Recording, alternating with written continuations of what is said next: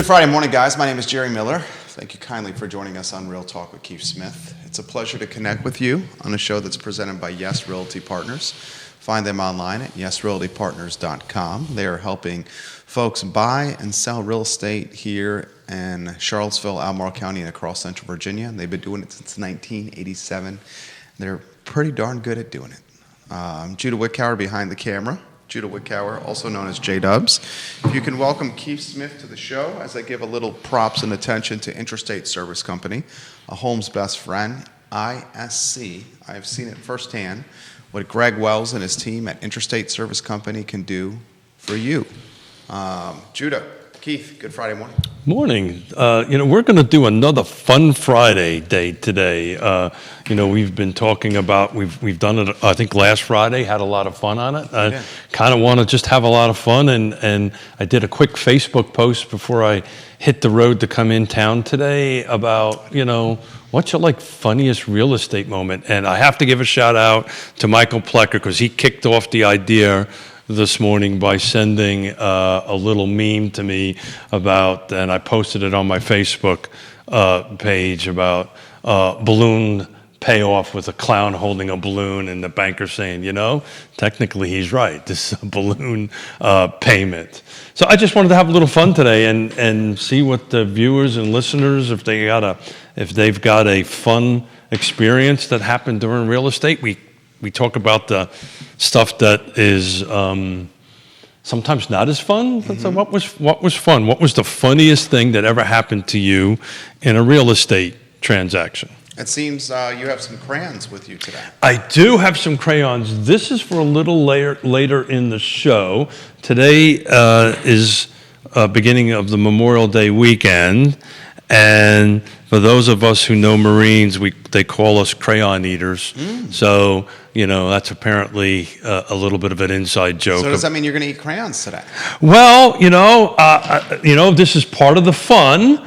I've been known to do this before. Usually alcohol was involved in it. Okay. So we might have to lean over there and go ahead and get that. But you know what? So those who have not seen me cycle, so I have a patch that I put on the back of my cycling. Which is most people have not seen you cycle. This is true. Nobody wants to see me in spandex. Well, you're riding a bike by yourself. And I got spandex on. But I put a patch. I had a patch made up that I put on the back of my jersey that I clip on or I safety pin on. So we lose between 15 to 20 vets to suicide a day. So wow. It's a raise awareness, and so there's a website that people can donate and all that stuff. But if somebody wants to donate some money to veteran suicide awareness, and if it's enough money, I might eat a crayon. What is the most fun you've had in real estate, my friend? Why don't you start kick us off with a fun story? Most of these transactions I would not necessarily characterize as fun, but. Yeah. So I think characterize as long. I would characterize them as prolific in paperwork and requests. I would characterize them as uncertain. How do they characterize buying and selling real estate? Vanessa Parkhill, good morning. Well, I will tell you the strangest thing that I've had strange things happen. Yeah, so strange fun. It depends on how you. There's fun when the deal is closed. Yeah, well, the fun part is giving the keys to the buyer or the seller, reaching their goal. I'll tell you the strangest thing that's ever happened to me. I don't think I've ever told you this before, but in a final walkthrough. So those who are not done a transaction in a while, the day of closing, you do a final walkthrough. Well, on this particular one. The movers actually put a baby grand through a plate glass window. Oh. So we walked in to do it, and they were in the middle of trying to figure that out. So we walked in at closing. That was the strangest thing that has ever happened to me in a transaction. That there was a baby grand piano hanging out half out of a bay window or a plate glass window. So how'd you handle that? That was very interesting. It was a domino deal, so we had to close. Okay. So we ended up putting up a substantial amount of money in escrow and got it fixed. Actually, the buyer came out ahead, so it actually worked out okay. But that was my strangest thing that's ever happened. Travis Hackworth and Johnny Ornelas say good morning, guys. Good morning. Good morning. Good morning, gentlemen. The most fun I've had in a real estate deal. Well, I do enjoy when the purchase is made. You like the negotiations. So. I do like the negotiation. I enjoy navigating the process. I enjoy trying to set expectations. I'm not sure the adjective "fun" is something that I can utilize. Well, and any of the ones that I've done. So you're looking at a guy who wrote this that probably doesn't know what an adjective is. So maybe "fun" was the wrong choice of words. But what was your most unique? I will tell you, there's one that I posted with Kermit, and we can get this out.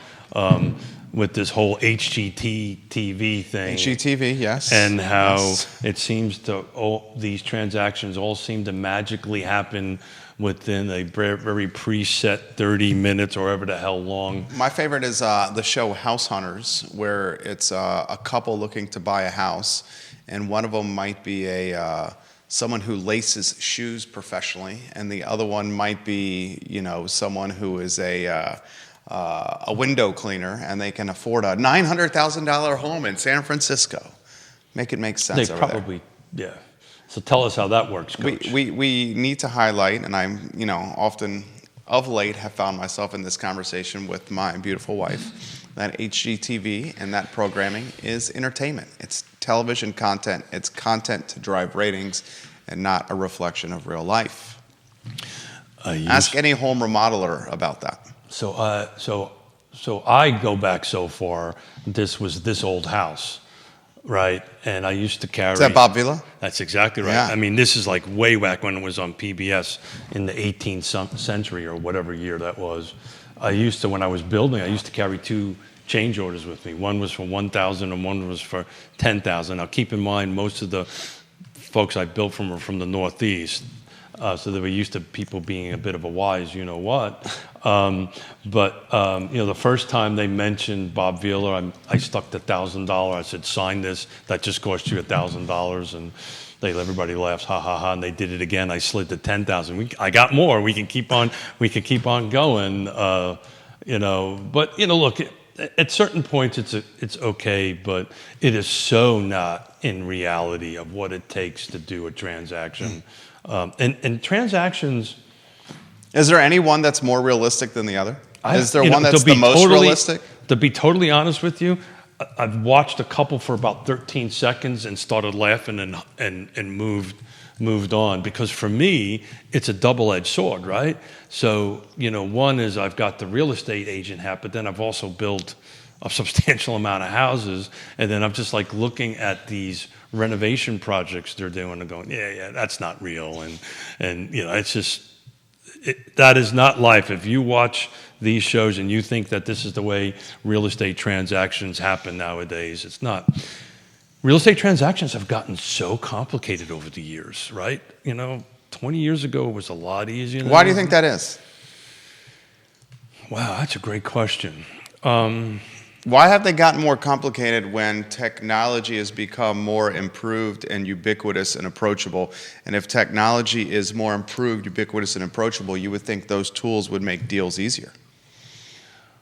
Well, they actually do, but the complications come from regulatory side of things. I've got a transaction we're working on in Richmond, actually this morning. Just to put it into perspective, it's a cash transaction. Excuse me, it's not a cash transaction. The gentleman is putting 50% cash down, right? He's from overseas. Okay. The money isn't seasoned. So explain what that means. So that means that the money has to be in his account for a certain period of time. It's 90 days. This particular lender. So now we've got to pivot. We've got to come up with a solution in order to move forward, because his 50% cash is not seasoned, and we're actually borrowing more money, putting less down payment down, because he can demonstrate this amount of money that's been in a while. But, that's something you didn't really deal with 20 years ago, right? Nobody really cared. Or you have a situation where the client is doing cash and the proof of funds is not them, right? We know about that, right? Yeah. And so how do you navigate that? So it just becomes multiple levels more complicated. A lot of it is regulatory reasons on it, but that's the reason I've said years ago. So you think you're working harder now than when you first started? Hands down. Way harder. Way harder.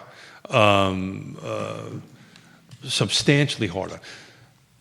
Now it's easier, right? So because we can do DocuSign and we can do all these kind of different technical stuff that makes life simple. I can schedule showings in Richmond with showing time. We're going to do it here in Charlottesville. Thank God the car board has agreed to do that. So I can do that stuff technically right now easier.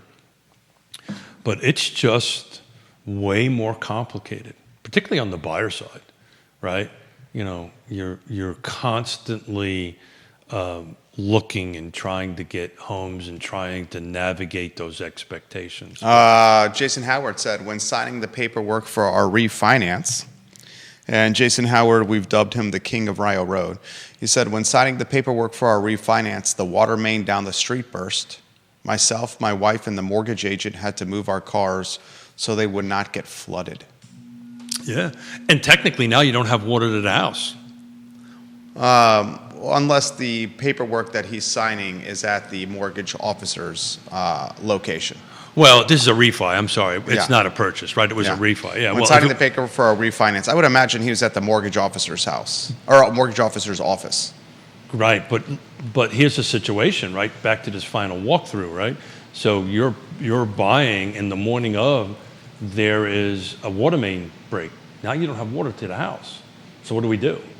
Do we have faith that it's going to get fixed, or is it a problem between the water main and the house? That is why you do your final walkthrough, that everything...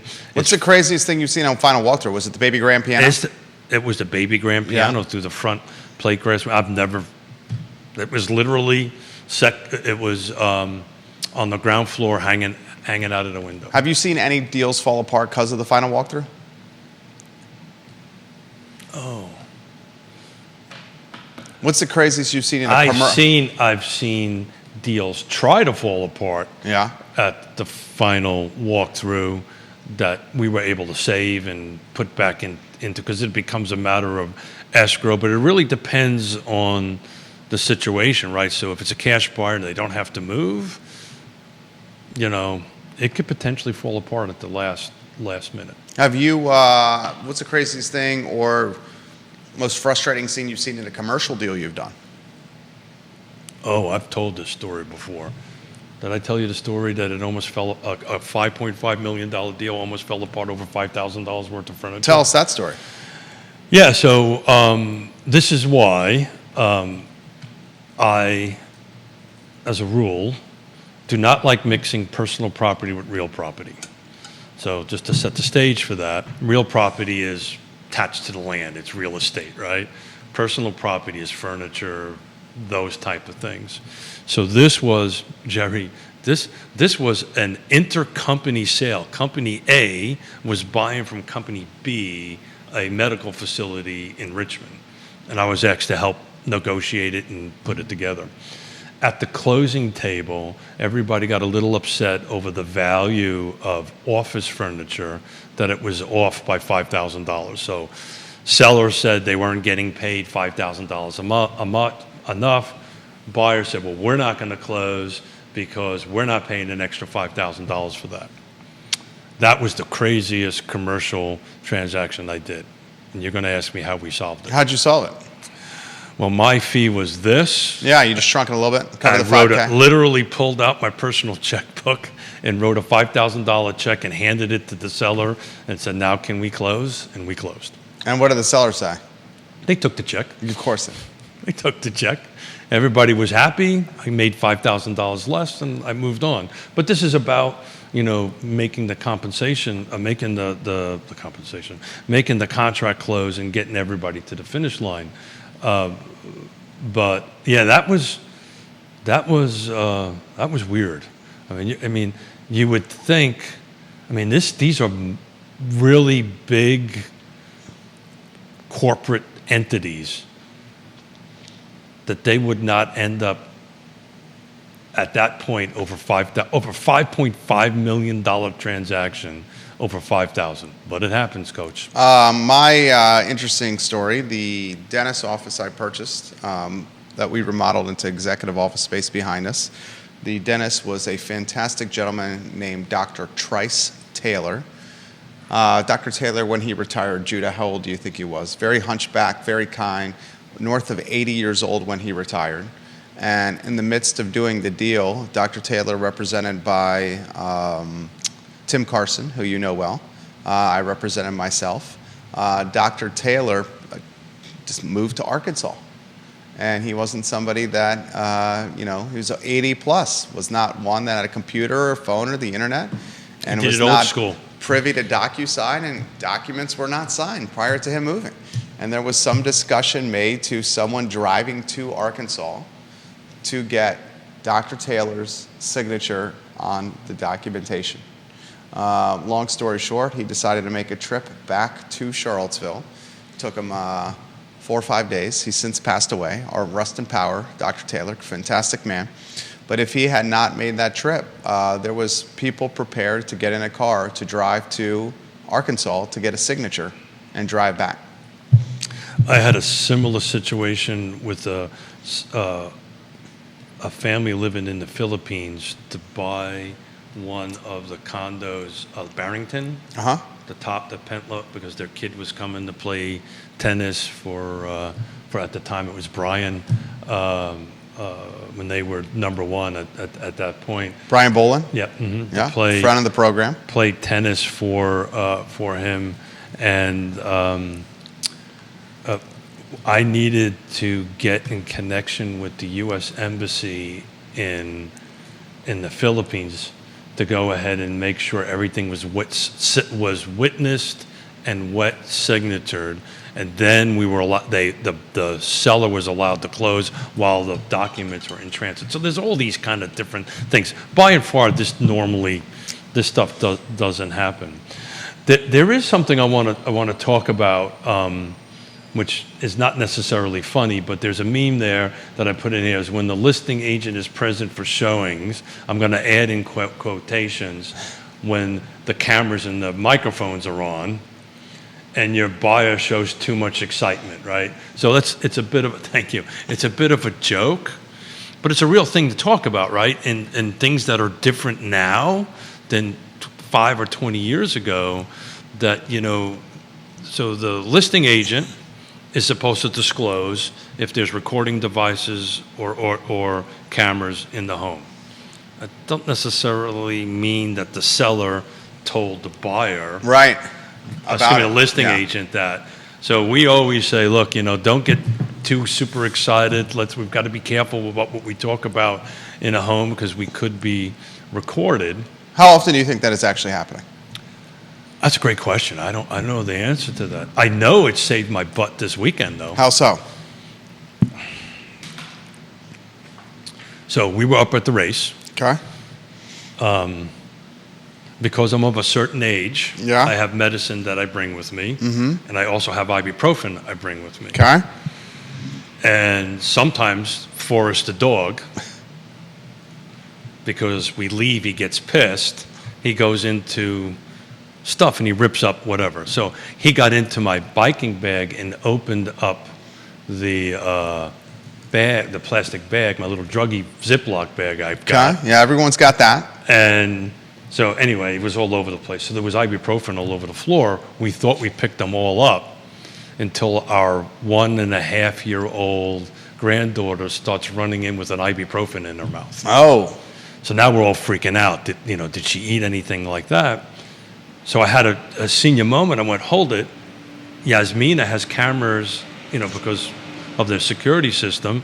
So she went and looked in the Caribbean and actually played back the video, and all she did was put this one in. So it saved us from going to the How hospital. did Yaz respond to you guys?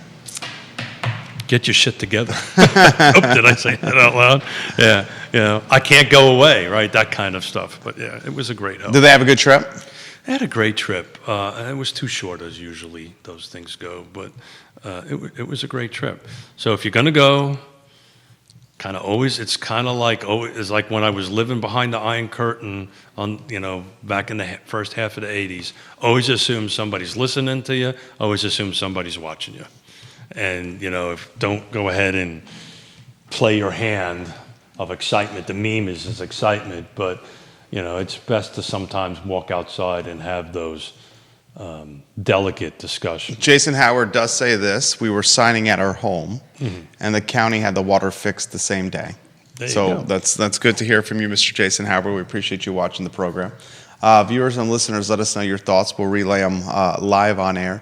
You also wanted to talk on the show, Keith, and you sent us the email, which I wanted to get to, so we make sure we don't forget, about some real estate, some item in the real estate news cycle. Why don't we start open-ended, then I have specifics for you. Yeah, so, being Memorial Day and having the conversation about the Veterans Administration and helping those to reduce the veteran suicide. I'll stay on that real quick. As a disabled veteran myself and a wounded veteran as myself, not all disabilities or wounds are visible, right? So if you know a vet and you think they're struggling, do yourself a favor, Google it. The VA is freaking awesome. I love it. They have a really great suicide prevention program. Matter of fact, on Wednesday morning, I had my blood work done. Every time you walk in, they do a suicide screening in a doctor's appointment, which is really, just great, which is helpful because according to the numbers, it was around 22 a day, and it's dropped down to around 17, which is 17 too many, but we're going in the right direction. I think that has a lot to do with it. That being said, we talked about this, right? That the regulators... Veterans Affairs will suspend rule blocking vets from paying agents. And what's buried in the article, the second half of that is, that also means they're suspending having the seller also pay it. So we've talked about this, that with this NAR settlement and everybody kind of hitting the panic button, that the regulators would start making pivots. Now, this is only on the VA loan side of things, right? So right now, they've suspended it for 2 years. The thinking, I'm assuming, is to give them 2 years to kind of work through how we're going to go do this. But right now, prior to this suspension of this rule, because most VA loans are 100%. So they have suspended the rule that the buyer can pay the real estate commission. So if you enter into a buyer-broker agreement with a veteran who's using the VA, just to kind of use an example, right, and the seller's saying, hey, I'm not paying any of the buyer-broker's compensation, then now the veteran can do it, assuming they have the capital and all this kind of great stuff to do that. They were not allowed to do that, so that the buyer-broker agreement with the veteran wasn't exactly legal. Because if they were using a VA loan, so what this did is it excluded veterans from participating in the market. Which is the worst. Yeah, and as a veteran, they took too long to get this right, but they got it right before it got enacted, which is in August. So at the end of the day, they did that. I think you're also, and Freddie and Fannie has also changed their rules a little bit on it. We talked about that in previous shows. So you're going to start seeing some of these regulatory requirements change. Except, what's the except, Jerry? What did DOJ say? Tell us. So DOJ is not exactly tickled pink about this NAR settlement. So I know. DOJ is the Department of Justice, right?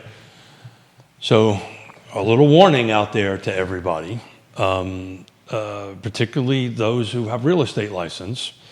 DOJ at the last minute can say, we're not happy with this, and proceed with some sort of legal action. So let's quantify this. So DOJ would have to be a lawsuit. They would have to actually go through a judicial process.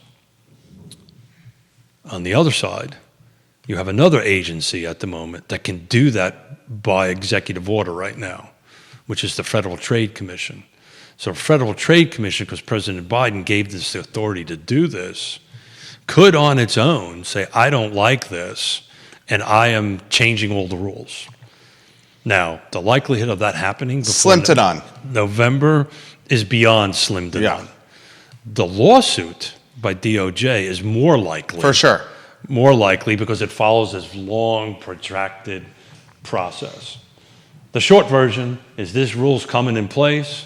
DOJ may end up saying, I don't like it, and file some sort of injunction to stop it. I'm not an attorney, don't even play one on TV.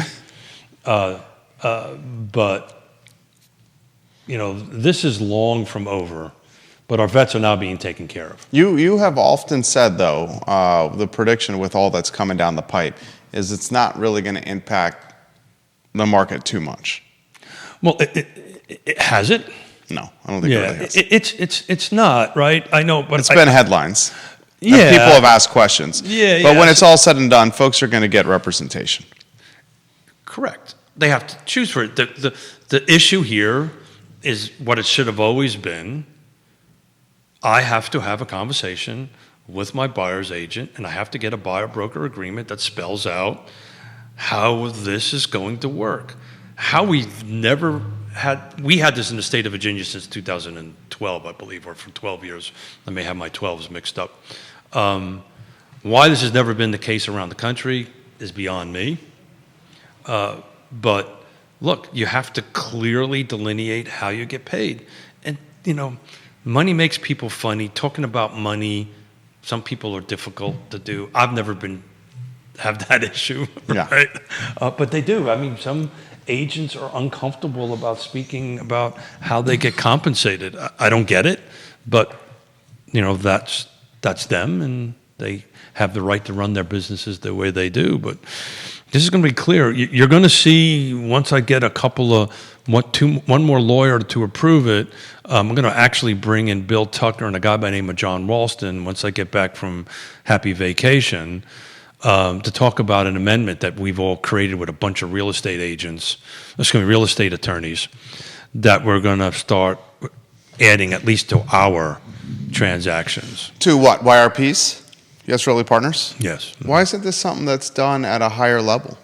I think eventually it will. I want to stay in front of it. Okay. Right. And where do you think it would be done at? The Virginia Association of Realtors without level? doubt. Those are. How often does that document get changed? Oh, quite regularly. Yeah. If you go take a look in it, it constantly gets updated. It constantly gets amended.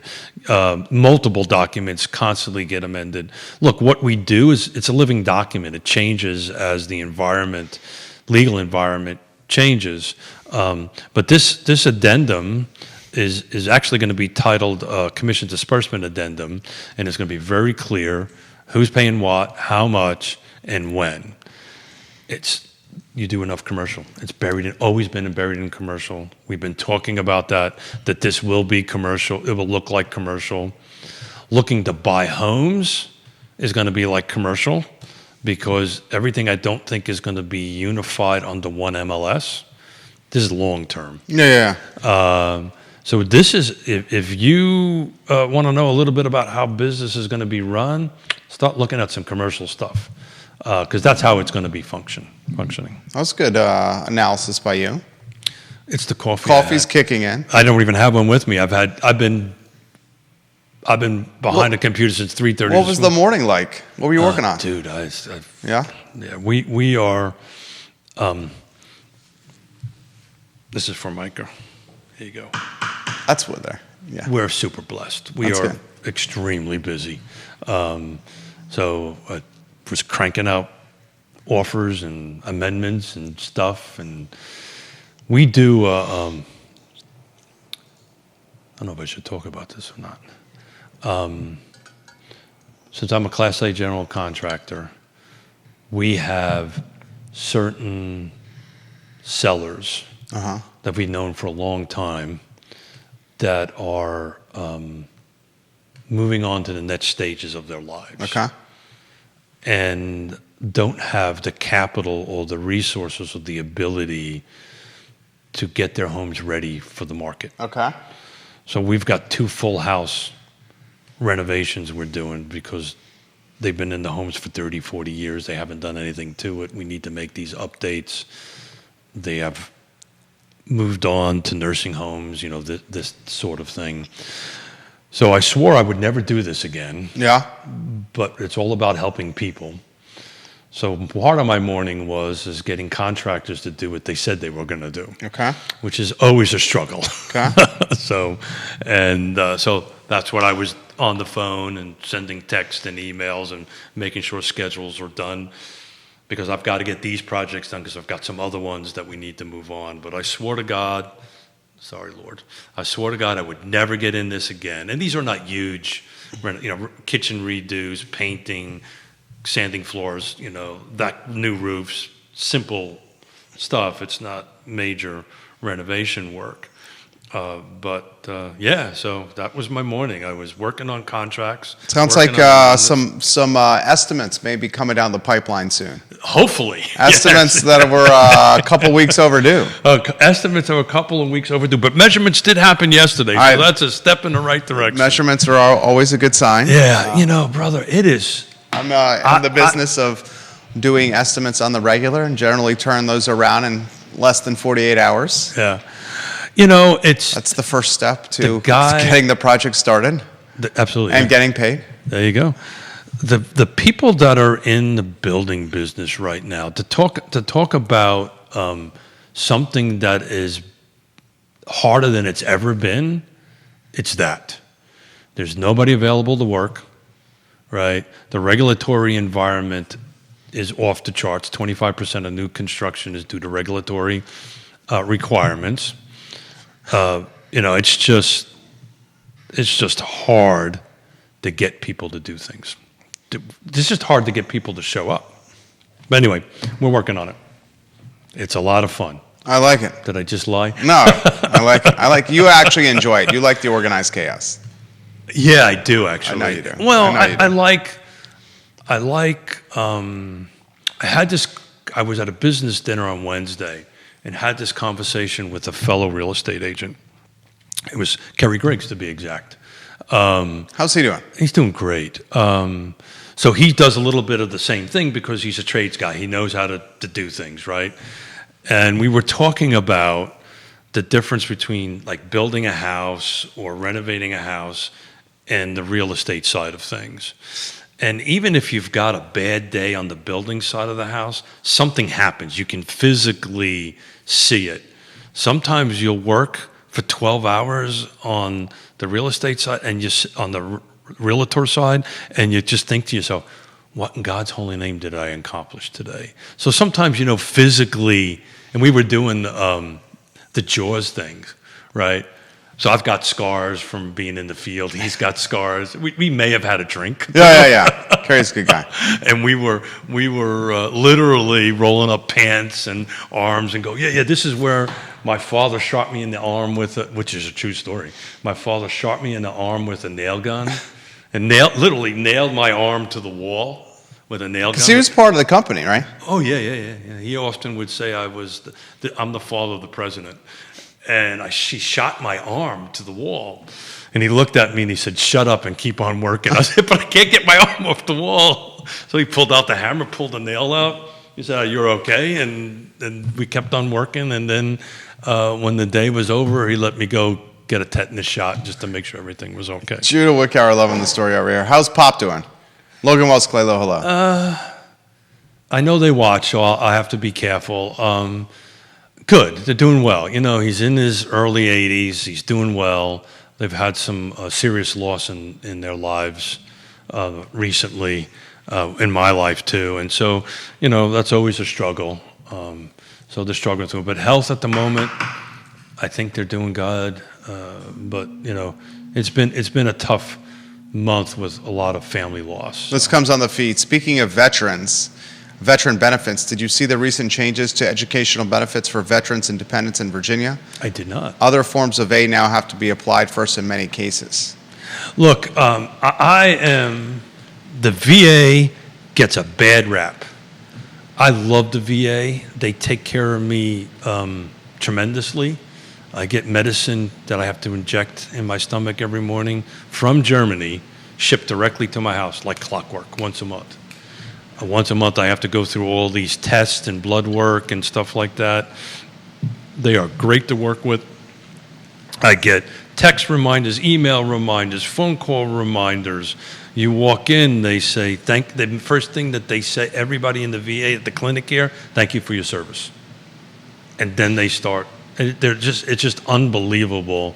A lot of people don't know, it's the largest medical health service in the world.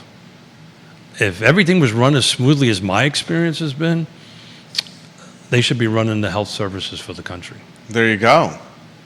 I never questioned. I may or may not have inadvertently took a dive in the pool with my hearing aids in. I may have done that. They fixed them for you, though. They got me brand new ones. Yeah. These are $15,000 a piece. Right. That's going to be for a set. Right. No problem, sir. Had it in a week. Like, On the not your dime.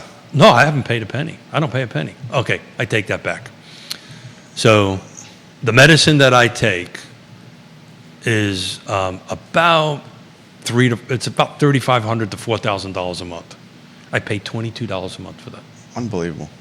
And what I have to do, the only thing I have to do, believe it or not, they pay for all the medicine, so I've got to inject myself with it's about a 1-inch needle. Okay. I have to buy my own needles. So I go on Amazon, I buy 1,000 of them for $16, right? And you put it on this. No needle phobia for you? No, but I keep them the hell away from Yonna, though. True story about that. Did you know Yonna was Advanced Life Support Rescue Squad? Yeah, you told me. Yeah. I knew that. I don't think a lot of people don't know a lot of stuff about Yonna. She's also a very talented race car driver. She is. She is. Yeah. She is licensed to rally race in Europe. So those who do not know about rally racing, it's that crazy stuff you see people go down the side of the road with all these people standing on the side. She can do that. True story about that. First car that we bought was let me see, this was in 98, 99. 98, we bought a 98 Honda Civic EX 5-speed, and we traded it in within 2 years. I think it had 90,000 miles on it. When we brought it in, the guy said, "Man, did you put new brakes on that?" I said, "Yeah, no. My wife don't put a foot on the brakes. That's great. She'll drive from Charlotte on 53 to Charlottesville. Just working the stick. And she'll work the stick. She'll never do that. That's a skill. We taught both our daughters to drive stick shift. What kind of car? Oh, God. Well, one was a pickup truck, and the other was a red Jeep Cherokee. Oh, God, I can't remember what year it was. But I had a pickup truck. Who picked it up quicker?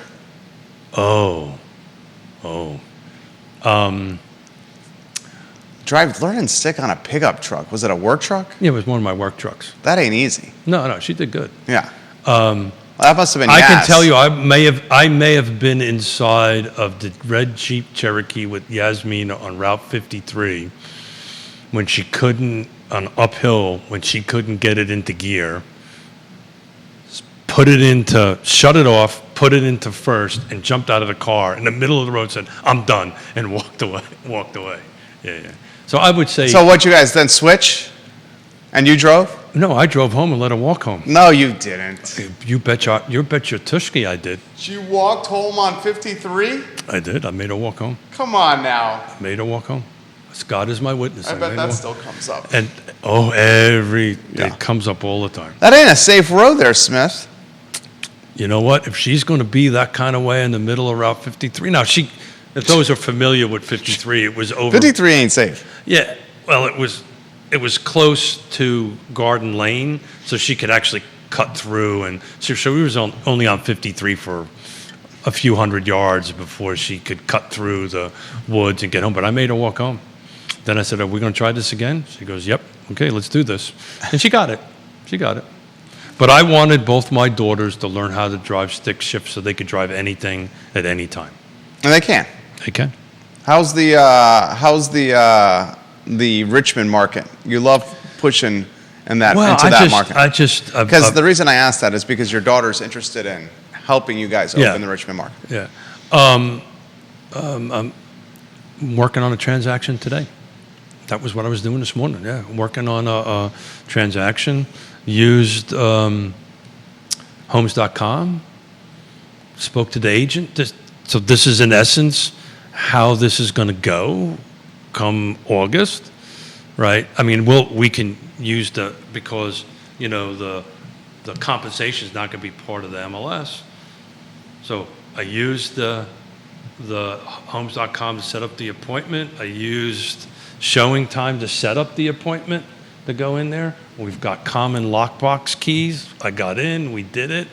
Before I walked in and unlocked it, I emailed and called and texted the agent and I said, we're going to go show the home. I need the MLS sheet.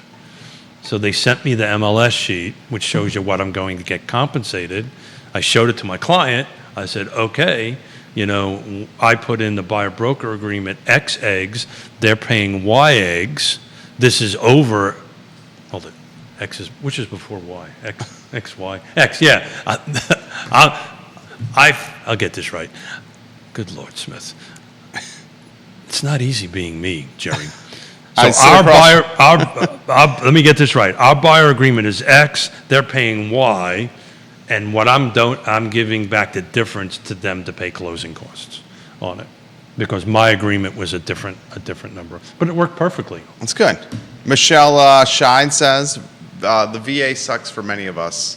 I'm sorry. I'm super happy you've had a great experience, Keith, but it's not like that for everyone. I'm sorry.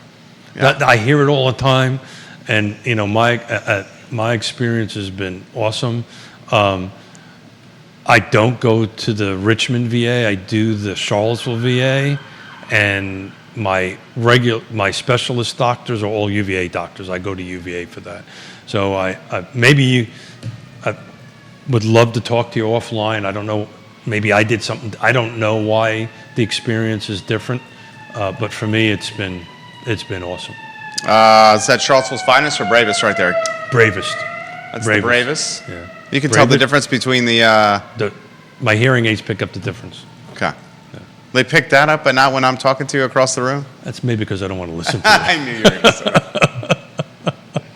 Well, so keep in mind, the microphones for these are this way. They don't face you. Plus, maybe I don't want to listen to you. Yeah, so I wish you all the luck in the world. I've been super blessed, and was always reluctant to talk too much about it on the show because Murphy's Law will kick in, and then all of a sudden it's going to go sideways. But it's been awesome so far. Do you? This is coming the feed. How many of the deals are you seeing with 20% down payment? Large majority do not have 20% down payment, I would say. Yeah. So statistically, it's not right. What is it? If you had out of 10 deals, how many with 20% down? So for us, yeah, most of them have it. Cash? No, most of them have either cash or 20% plus. Some of the entry level, the first-time home buyers, are typically in the 3 to 5% range. But it depends on the market, right? Because if you're in multiple competition situations, the more cash you put down, the stronger you are, right? And there's some magic number, depending on your credit score, which we should talk about, that you can get what's called an appraisal waiver from the lender, right? So if you're putting... depends on the type of deal you're doing. It depends on you're gonna have a hard time getting appraisal waiver. It has to be a conventional loan. Yeah, on a jumbo loan, something that's Jumbo's not gonna have an appraisal waiver. Yeah. So good catch. It would be typical convention. The one I'm doing in Richmond is doing it. Yeah, right. But that's what, below the 727 or 7, whatever the number is, yeah. We're just a skosh below it. Yeah.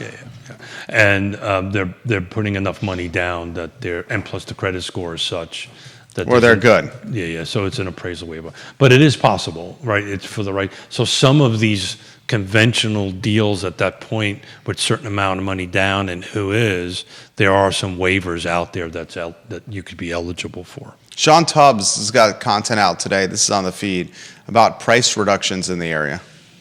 He said in recent months, the amount of emails from Realtor.com that contain the phrase price drop have been more plentiful. Sure. And then he rattles off quite a few that have price drops here. That's just some sellers with some unexpected. Well, so I'm looking at it right now. So the last 7 days going back, 91 came on the market, but 69 were price reductions. And depending on where he's looking at, the largest price reductions in the city of Charlottesville. One of them that he mentions in his stories on Morgantown Road in Ivy. Yeah. A $70,000 reduction. And I think you're going to see that go even lower, to be honest. I think so too. So what happens is it depends on the circumstances, right? Some people are coming high. Price matters, right? It's always mattered. It matters even more now. Had this conversation with a seller yesterday, right? Their expectation of value was higher than where the market is at the moment. And we had to have that hard discussion because if you set that price too high, your eyeballs just go away. People just don't see it. So the thinking of, oh my God, there's no inventory, I can charge whatever I want, that's not a realistic expectation. So it has to be what the market is demanding at this particular point. Where Sean is not sharing is, yes, there are price reductions because I think people went into the market too high. They're now adjusting it. But guess what's increasing? Sales prices. Right. So it's a little bit of a catch on words that yes, there are price reductions, but the prices are increasing. The sales prices are increasing quarter over quarter, year over year. So don't think because of that article, all of a sudden prices are dropping. They're not dropping. They're just being adjusted. Yeah. There's a huge difference. That's why I asked you. Huge. You put that in perspective. Your weekend plans, Keith Smith? Working? Yeah. Grinding? Tavola? Pardon? Tavola? No. We're just slammed. And no Tavola tonight for you and Yonna? No. Yonna's just came back late last night, and we got work to do. And then we're heading out of town, for our normal little vacation trip that we do, and inevitably, the way this world. Something's going to happen. I was just having this conversation with a client. As soon as someone who's self-employed uses the word vacation, so there's a marketing. Stuff hits the fan. There's a marketing strategy out there that I subscribe to.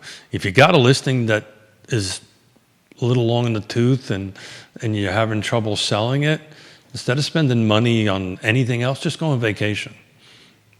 Let's call it an internal marketing program.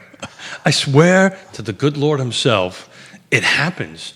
The moment you go away, either that or the client that you've been nurturing for 2 to 3 years is ready to rock and roll. Right. And this is like the perfect client. It's multi-million dollars, got cash, ready to go. The moment they close the door on a plane, you will get a text and go, you know what? I'm ready to write an offer on such and such a house. It always happens. And then what do you do in that scenario? Get one of your buddies to go, one of your colleagues to go? Or you hope they wait? No, we're very fortunate, right? We've got... Call in a Gavin or a Plecker? We call in, anyone. So before we leave, we structure everything up, right? So if buyers come in, we work out who our buyers we have in our pool, our buyer pool, and we talk to Gavin or Michael or Lisa or any of our wonderful 12, 11 agents that are working with us right now. The same thing on the listing side. Plus, once we land, we've got Wi-Fi and we can do business down there. But yeah, no biking. I think I'm going to give my legs a break. I'm out a week from today. You I'm are. missing Friday's Real Talk. Who's going to be in my seat? You putting that together? Putting it together. There's a little conversation I think after the show we should have a little bit about that. So on what I was thinking for your input, but I'm working on it. How does that sound? Keith Smith's always working. So it's kind of like the same thing the contractors told me this morning. I'm doing my best. I'm working on it. Look, and they're calling me now. And eventually you get that and you're like, come on, guys. Come on. It's a double-edged sword, right? I get that. You push too hard and then it backfires on you. It's a double-edged sword. So the fact that, it's a very difficult, it's tough, man. You can't hire, if you do it yourself, you can't hire people because there's nobody to hire. If you do subcontractors, which is what I do, then they can't hire people because nobody's out there to work. And it just becomes this vicious cycle. I just do it to help out clients, but the people that do that for a living, that is tough, man. Amen, brother. Super tough. Amen. Keith Smith, Yes Realty Partners, Judah Wickower. My name is Jerry Miller. It's Real Talk with Keith Smith, archived online at realtalkwithkeithsmith.com. We appreciate you watching the program, per usual, and trust these guys. I've seen it firsthand. Keith and Yonna Smith, Trust they'll the get guys you in the partners tab. the closing tab. And click the partners tab on realtalkwithkeithsmith.com and find the trusted advisors in the game we call real estate. I know this isn't Veterans Day or Veterans Weekend, but it is Memorial Day's weekend. And if you know there's a veteran in your life, Check on them. just check on them. Say, hey, how you doing? Buy them a cup of coffee or her a cup of coffee and just listen to what they have to say. You don't have to give answers. You don't have to do anything. Veterans, has been my experience, just show a little love. It'll come back your way. There you go. I love it. Perfect way to close the program, guys. Enjoy the weekend. The I Love CVille show up at 12:30 p.m. So long, everybody. Thanks, guys. Have a good weekend.